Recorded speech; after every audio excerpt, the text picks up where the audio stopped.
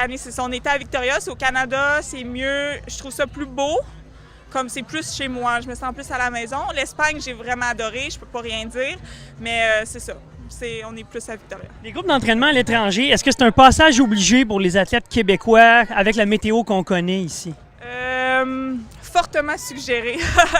Il y en a beaucoup du Québec qui s'entraînent à la maison, puis c'est souvent des entraînements intérieurs. La course à pied, j'ai pas de doute qu'ils sont à l'extérieur, mais mettons les heures de vélo, l'intensité en vélo, il y en a qui vont faire du fat bike, du vélo de montagne ou quelque chose d'autre, mais personnellement, je suis plus tendance à partir à l'extérieur, à l'international. C'est vraiment ça. Moi, mon emploi, c'est de m'entraîner fort, puis à tous les jours, de donner mon 100 %.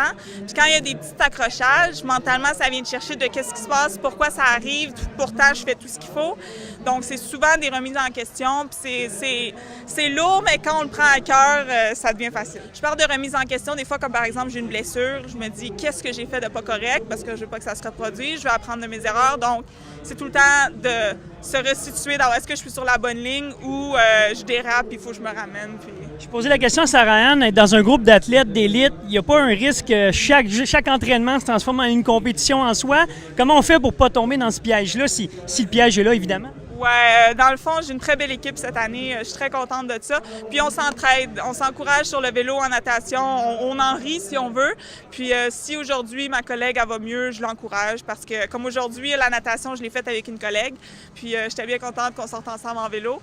Puis c'est ça, c'est juste de l'entraide parce qu'au final, c'est la journée de la compétition, celle qui va mieux, qui a mieux fait ses choses ou juste qui se sent bien au jour le jour. Donc ça peut être différent à chaque compétition. Pas où je voulais être, mais comme je l'ai appelé année de transition, je pense qu'il faut que je sois ici où que je suis présentement cette année. Donc quand j'ai mis des mots sur comment je me sentais, je me suis dit que passer au travers cette année 2018, j'allais être contente de peu importe le résultat de compétition, mais juste qui je suis devenue parce que je pense qu'il fallait que je passe par là avant de rentrer dans un mur.